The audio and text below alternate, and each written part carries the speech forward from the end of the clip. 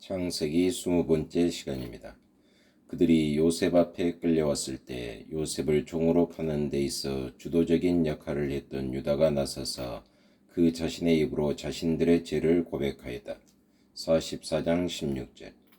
유다는 그들이 다시금 양식을 구하기 위하여 베냐민을 데리고 애굽으로 내려가야 했을 때 베냐민을 데리고 가는 것을 반대하는 아버지 야곱을 설득하면서 베냐민의 안전을 보장했다. 43장 9절, 44장 32절. 그런데 이제 그의 아버지의 근심대로 베냐민이 자신들과 함께 돌아갈 수 없게 되자 크게 상심하며 염려한 나머지 자신이 나서서 그 모든 책임을 지겠노라고 간청하였던 것이다. 그리하여 유다는 요셉에게 이렇게 호소하였다. 청컨대 주의 종으로 아이를 대신하여 있어서 주의 종이 되게 하시고 아이는 형제와 함께 도로 올려 보내소서. 44장 33절. 이렇듯 그의 형제가 지난날 자신 요셉에게 저질렀던 가오에 대하여 진정으로 슬퍼할 때 그제서야 요셉은 자신의 정체를 드러내어 밝혔다.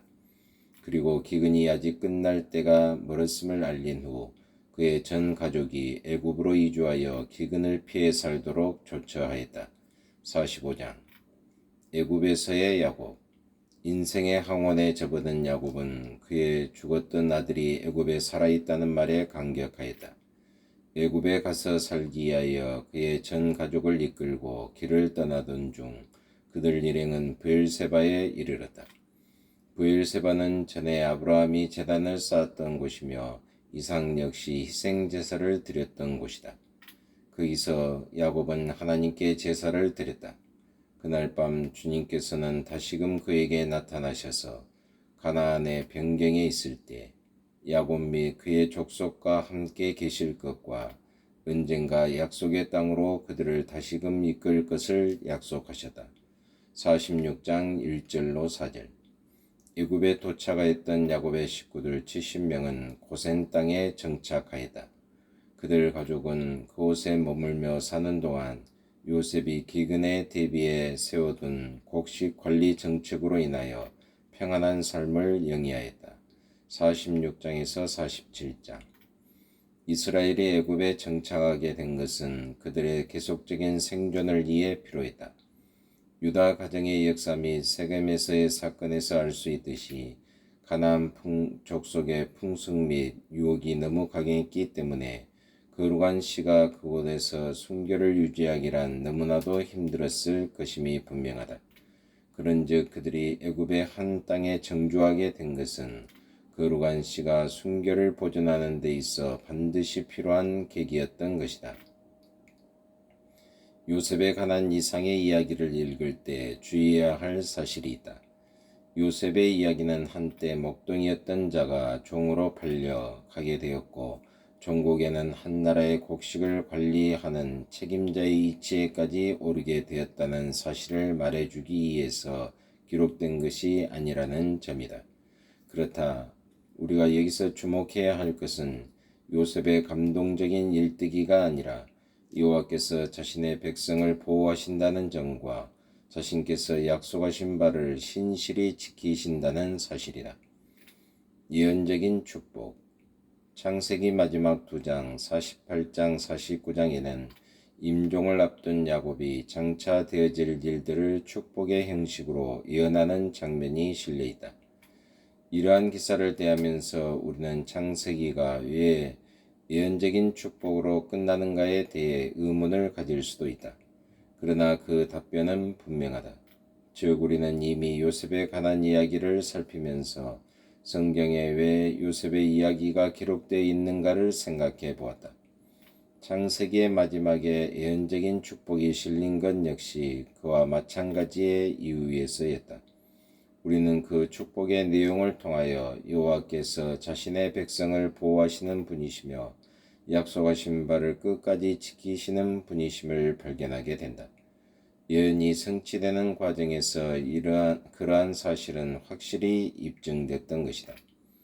맨 처음 야곱은 요셉의 두 아들 므낫세와 에브라임을 축복하였다.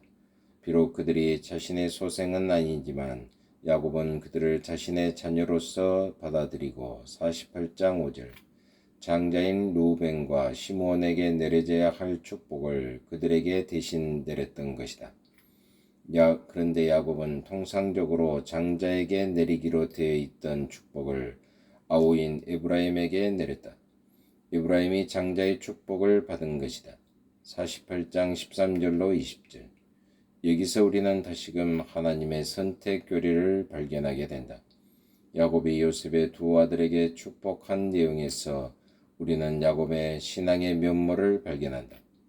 내 조부 아브라함과 아버지 이삭의 섬기던 하나님, 나의 나무로부터 지금까지 나를 기르신 하나님, 나를 모든 환난에서 건지신 사자께서 이 아이에게 복을 주시오며 이들로 내 이름과 내 조부 아브라함과 아버지 이삭의 이름으로 칭하게 하시오며 이들로 세상에서 번식되게 하시기를 원하나이다. 48장 15절 16절 그는 자신의 조상 아브라함과 그의 아버지 이삭에게 임했던 축복 및 자신이 받았던 축복을 하나로 연결시킨 후 그것을 다시금 요셉의 두 아들에게 계승시키고 있다. 그가 이렇게 하나님께서 족장들에게 주신 축복을 하나의 줄기로 체계화시켰다는 사실은 그가 얼마만큼 하나님의 약속을 굳게 믿는 신앙 가운데 있었는지를 보여준다.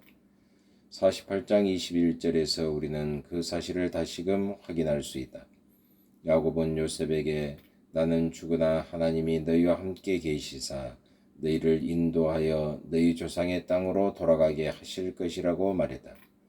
정녕 그는 하나님께서 자신에게 약속하셨던 그 땅에 대한 약속을 잊지 않고 있었다. 히브리서 기자는 야곱에 대하여 이렇게 증언하고 있다. 믿음으로 야곱은 죽을 때 요셉의 각 아들에게 축복하고 그 지팡이 머리에 의지하여 경배하였으며 히브리서 11장 21절 유다에 대한 약속 야곱은 요셉의 두 아들을 축복하고 난 후에 나머지 그의 아들들을 모두 불러놓고 장차 그들의 미래에 되어질 일들을 대해서 예언하였다. 야곱은 신앙의 눈으로 미래를 바라보며 그것들을 자신의 아들들에게 알렸던 것이다. 여기서 우리가 다시금 주목해야 할 것은 하나님의 주권적인 선택이다. 야곱은 장자인 루벤이나 시므온 또는 레이를 축복하지 않았다.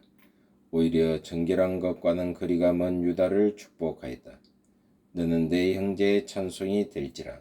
실상 루벤은 형제들 중에 첫째였지만 그의 아버지 척과 불륜의 성적 관계를 맺음으로 해서 35장 22절 장자의 분깃을 받지 못했고 그 다음 서열인 시몬과 레이 역시 동생의 사건을 복수하는 데 있어 세겜에서 지나치게 많은 피를 흘렸기 때문에 그 분깃을 받지 못했을 것이다.